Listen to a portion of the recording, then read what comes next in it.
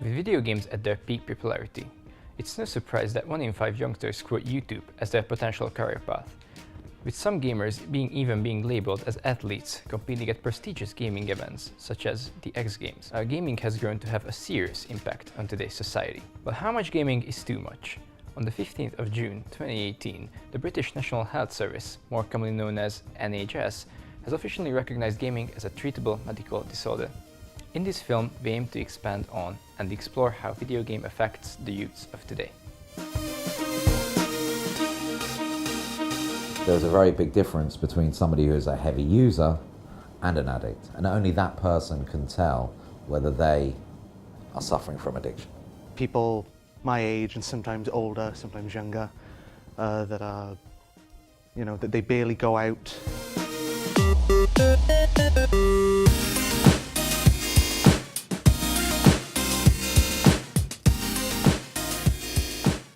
We set out to hear the stories of self-confessed gaming addicts. And what better place to look than the backbone of gaming community, Reddit. Now that 20 hours a week classify as a gaming addiction, we went on to ask Reddit what they think. F you NHS, my 25 hours aren't healthy, but they don't impact my life, it's just for fun. I'm not addicted, but 20 hours a week are rookie numbers. 40, heck, I'm playing GTA Online right now. Around 3 hours a day shouldn't be considered addiction. We also asked gamers of Reddit, how has gaming affected your life, negatively or positively? It's been pointless, unfulfilling waste of time and money, but I have nothing better to do. My family hates me, but at least I'm having fun and not doing drugs like other 15-year-olds. Double-edged sword, good to forget about, good if you appreciate art, story, etc. Bad as you spend your time on it instead of something good or productive.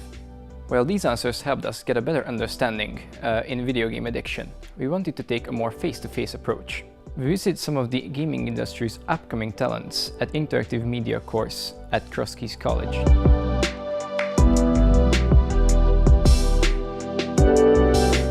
I do believe there is a problem with gaming addiction.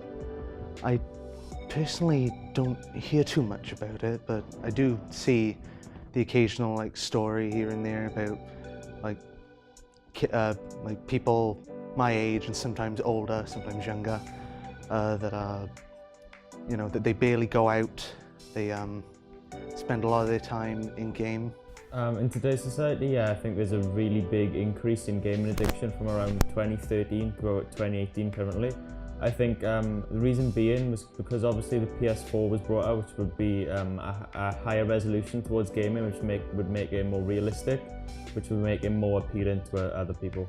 Definitely, I think in younger generations it's more so, but I definitely think there is a addiction somewhere within the games community.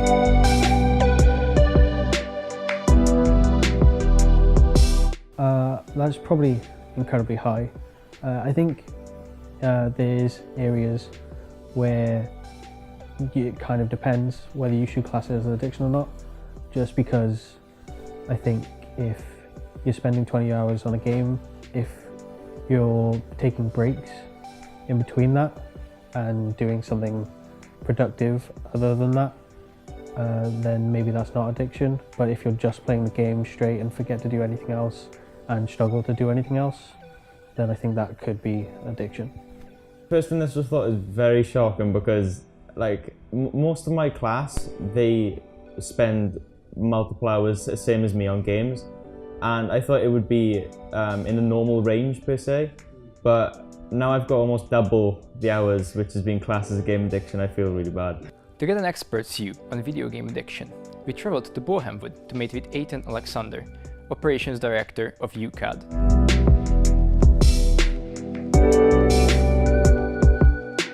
Drink, drugs, gambling, food, sex, gaming, it is all the same thing. Compulsive, obsessive behavior. So you would ask yourself, well, there's no chemical dependency, I'm not chemically dependent on this. Well, but the same thing as you have for the gambler. There is no chemical dependency, it is a process. So really what happens is with addiction, you have, if you think about it, you have this iceberg and everyone looks at the iceberg and thinks that, well, oh, that's a huge problem, we've got to stay well away from that. And really, they're right. But for the addict, that is the solution to their problem. Their problem is the big bit buried underneath the sea, which no one else can see, which is 100 times bigger than what's actually going on and how it manifests itself and comes out, that it needs to be looked at. It's those underlying root causes. So it can be within gaming. It's like, you know, I'm unhappy with who I am, so I go into this virtual space where all of a sudden I'm good at what I do, but in the real world I'm a nothing. You know, so that's a low self-esteem issue.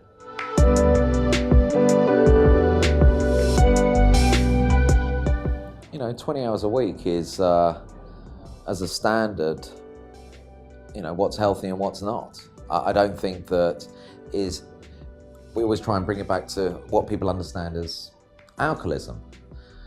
So somebody who drinks, you know, a couple of pints, they're over the limit, so they shouldn't drive their car. That doesn't mean they're an alcoholic. So if somebody has, at the end of the week, has 10 pints, goes home to his wife and kids, probably passes out actually, but it ultimately, you know, does that mean he's an alcoholic? Well, just because he's had 10 pints? This is a behavioural thing. What we would look at for somebody who's, let's say they do play 20 hours, we would look at the process when they're not playing the game. You know, ultimately, you know, are people isolating away? Are they skipping away? Are they, you know, putting this, is it having a detriment on their life?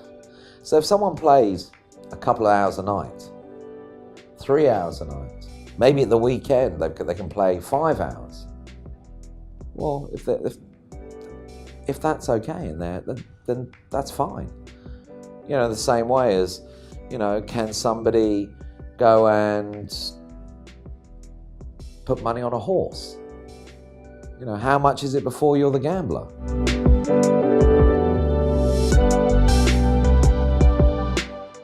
First of all, it's about people who come into the service. Really, it's very new. You know, people are recognising it, that it's starting to have a detriment on their lives. People are dropping out of university, skipping work. They're doing things and placing gaming much before anything else in their lives. So instead of spending time with their kids, I'm just going to play one more game. I'm supposed to go out for dinner with my wife on our anniversary. I'll just finish this game. You know, all of a sudden these things, as I said, you've lost that power of choice. What we get is people to look at that, break their denial. That's always the first point.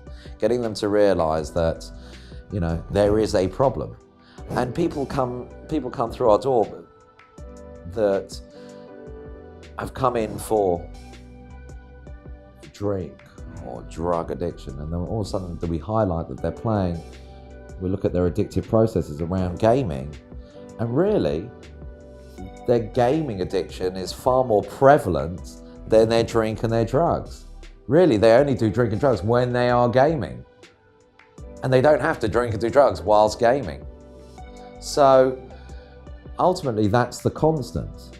So you start looking at what those processes are. So you look at, you might get them to go and look through their life story and see what's gone on for them through that process. And then you start looking at those underlying root causes. You know, have they experienced some form of trauma? Well, maybe they were bullied at school. Maybe they're unloved.